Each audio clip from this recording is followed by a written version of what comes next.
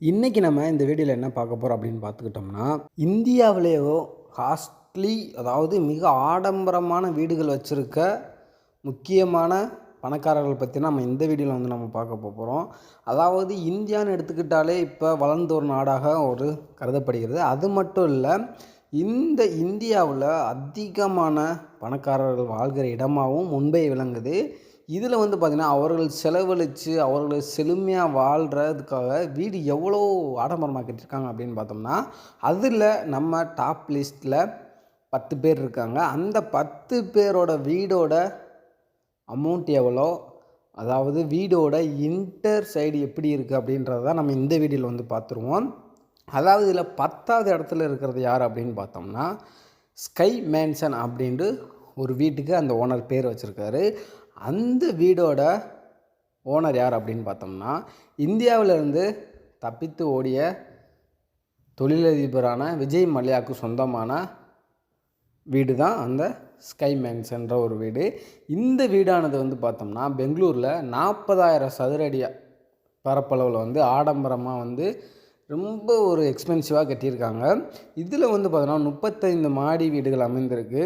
செழுமையான குடியிருப்பு, அதனோட பிரமிக்க வைக்கும் உட்புறங்கள்லாம் எவ்வளோ அழகாக இருக்கும் அப்படின்னு பார்த்தோம்னா, இந்த ஒரு வீட்டில் பார்த்தோம்னா நீச்சல் குளம், தனியார் லிஃப்ட்டு, அப்புறம் நகரத்திலிருந்து எல்லா அதாவது 360 டிகிரிலேருந்து பார்க்கக்கூடிய அனைத்து வகையான அம்சங்களும் இந்த ஒரு வீட்டில் இருக்குது. இந்த வீடோட மதிப்பு எவ்வளோ இருக்குது அப்படின்னு பார்த்தோம்னா 100 கோடி ரூபாய்க்கு இந்த ஒரு வீடை கட்டியிருக்காரு விஜய் மல்லையா. அதுக்கப்புறம் எந்த ஒரு வீடு இருக்குது அப்படின்னு பார்த்தோம்னா, ரூயா ஹவுஸ் அப்படின்ற ஒரு வீடு இருக்குது. இதோட ஓனர் யார், இது எங்கே இருக்குது அப்படின்னு பார்த்தோம்னா, அதாவது தெற்கு மும்பையில் இந்த ஒரு ரூயா ஹவுஸ் இருக்குது. இதுக்கு பார்த்தோம்னா ஆடம்பரமான அதிநவீன சான்று. இந்த ஒரு ரூயா ஹவுஸ் பார்த்தோம்னா 120 கோடி ரூபாய் மதிப்பில் இந்த ஒரு ரூயா ஹவுஸை கட்டியிருக்காங்க. இதில் பார்த்தோம்னா ஒரு 10,000 அடி சதுர பரப்பளவில் இந்த ஒரு வீடை கட்டியிருக்காங்க. பல்வேறு ஸ்பெஷாலிட்டி இந்த வீட்டில் இருக்குது. என்னென்ன இருக்குது அப்படின்னு பார்த்தோம்னா, பர்சனல் ஜிம்மு வச்சுருக்காங்க. அதுக்கப்புறம் தோட்டங்கள், மாடியிலே தோட்டங்கள் நிறையா வச்சுருக்காங்க. அப்புறம் அழகிய கலை நுண்ணோட்டங்கள்லாம் நிறையா வச்சுருக்காங்க. அது மட்டும் இல்லை, இது ஒரு எக்ஸ்பென்சிவான வீடுன்னே சொல்கிறாங்க. அதுக்கப்புறம் பார்த்தோம்னா நம்ம இந்தியாவோட புகழ்பெற்ற ஒரு டாட்டா நிறுவனத்தோட ஓனர் ரத்தன் டாட்டாவோட இல்லம் தான் இருக்குது இந்த லிஸ்ட்டில்.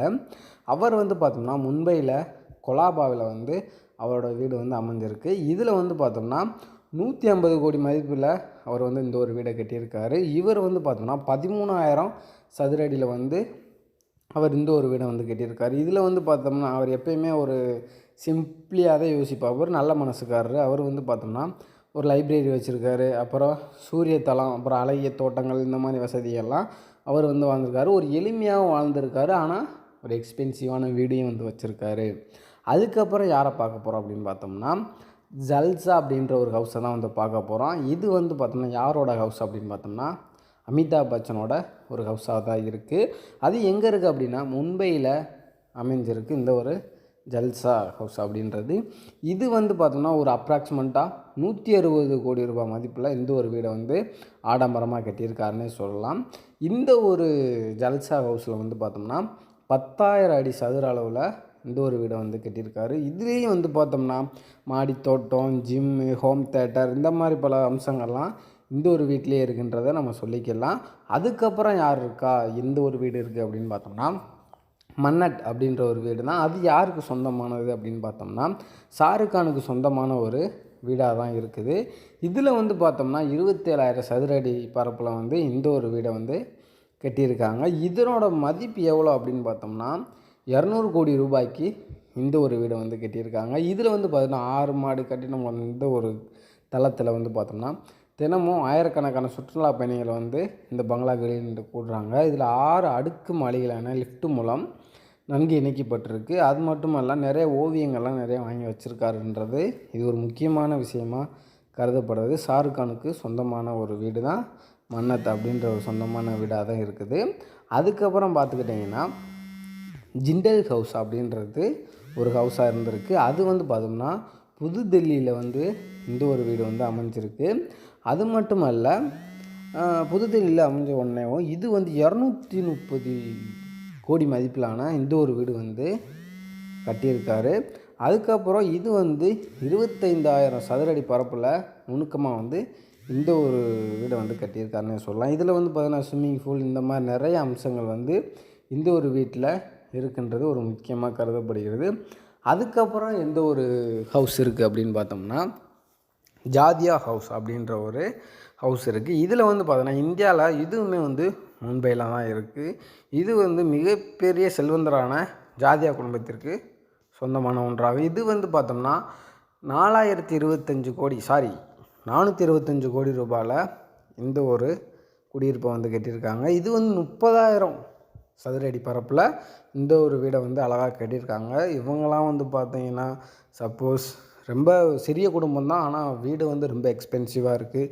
அதுக்கப்புறம் யாரை பார்க்க போகிறோம் அப்படின்னு பார்த்துக்கிட்டிங்கன்னா அபோட், அதாவது அனில் அம்பானியோட வீடு தான் வந்து பார்க்க போகிறோம்.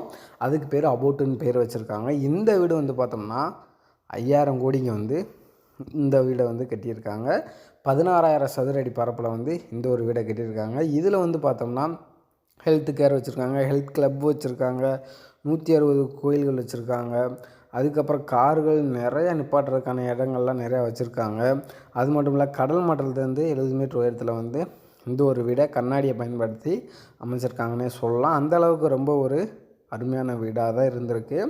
அதுக்கப்புறம் எந்த வீடு இருக்குது அப்படின்னு பார்த்தோம்னா கௌதம் சிக்கானியாவின் ஜேகே ஹவுஸ் அப்படின்ற அவருக்கு சொந்தமான ஒரு வீடை தான் பார்க்க போகிறோம். மிகப்பெரிய தொழிலதிபராகவும் இருக்கார். அவர் வந்து பார்த்தோம்னா 6,000 கோடிக்கு இந்த ஒரு வீட்டை வந்து கட்டியிருக்காரு. வீட்டோட உயரம் வந்து பார்த்தீங்கன்னா 145 மீட்டராகவும் இருந்திருக்கு. இந்தியாவிலேயே 2வது மிக உயரமான தனியார் கட்டிடமாக இருந்திருக்கு. இது மட்டும் இல்லை, இது அம்பானியோட ஆன்டிலியா இருக்குது. இதையும் கம்பேர் பண்ணும்போது சேமாக இருக்கிற மாதிரி தான் இருக்கும். மற்ற 30 மாதிரி கட்டிடங்கள்லாம் இந்த ஒரு வீட்டில் இருக்குது. கார் பார்க்கிங் எல்லாமே வந்து பார்த்திங்கன்னா ரொம்ப அம்சங்களாக இருக்குது. ஹெலிபேடுகள்லாம் இருக்குது இந்த ஒரு வீட்டில். அதுக்கப்புறம் வந்து பார்த்துக்கிட்டிங்கன்னா ஆன்டிலியா இருக்குது. ஆன்டிலியா வந்து பார்த்துக்கிட்டோம்னா அது யாரோடதுன்னு நம்மளுக்கு எல்லாத்துக்குமே தெரியும். ஆன்டிலியா வந்து நம்ம இந்தியாவோட டாப் பணக்காரரான முகேஷ் அம்பானி தான். அவருடைய வீடுகள் என்னென்ன லிஸ்ட்டில் இருக்குது அப்படின்னு பார்த்தோம்னா அவருடைய வீடுகள் வந்து பார்த்தோம்னா 2 மில்லியனுக்கு அதிகமான விலையில் வந்து கட்டியிருக்காங்க. அதாவது இந்திய மதிப்பில் வந்து பார்த்தோம்னா 15,000 கோடிக்கு மேலே இந்த ஒரு வீடை வந்து கட்டியிருக்காங்க. இதில் என்னென்ன அம்சங்கள் இருக்குது அப்படின்னு பார்த்தோம்னா பல ஹெலிபேடுகள், ஒரு பாத்ரூம், ஒரு சோபா, ஒரு தியேட்டர், ஆடம்பர தோட்டங்கள் ஆன்டிலியாவில் வந்து இல்லாத எதுவுமே இல்லைங்க, அந்த அளவுக்கு சொல்லலாம். அதாவது பார்த்தோன்னா 27 தளங்கள் கொண்டிருக்கு. 568 அடி உயரத்துலேயும் இந்த வீடு வந்து கட்டியிருக்காங்க. அதிவேக லிஃப்ட்டுகள் 9 வச்சுருக்காங்க. 3 ஹெலிபேடுகள், ஐஸ்கிரீம் பார்லர், 80 இருக்கைகள், கார்கள் நிப்பாட்டுறதுக்கெல்லாம் அவ்வளோ ஒரு அருமையாக நடந்துகிட்ருக்காங்க. ஆனால் அந்த வீட்டில் ரொம்ப சிம்பிளாக ஒரு 6 பேரோ 5 பேரோ தான் இருக்காங்க. அதுக்கு இவ்வளோ பெரிய செலவு பண்ணி வீடு கட்டணுமா அப்படின்றது தான் ஒரு மிகப்பெரிய வருத்தமான விஷயம். இந்தியாவில் எத்தனையோ பேர் வீடு இல்லாமலாம் இருக்காங்க. ஏன் இப்படி ஆடம்பரமாக பண்ணுறாங்க அப்படின்னு பார்த்தோம்னா அவங்களுடைய நிலையை காட்டுறதுக்காக தான் இவ்வளோ தூரம் செய்கிறாங்க அப்படின்றத ஒரு முக்கியமாக கருதிக்கிறேன். இந்த வீடியோ பிடிச்சிருந்தால் மறக்காமல் லைக் பண்ணுங்கள், ஷேர் பண்ணுங்கள், கமெண்ட் பண்ணுங்கள். தேங்க்யூ.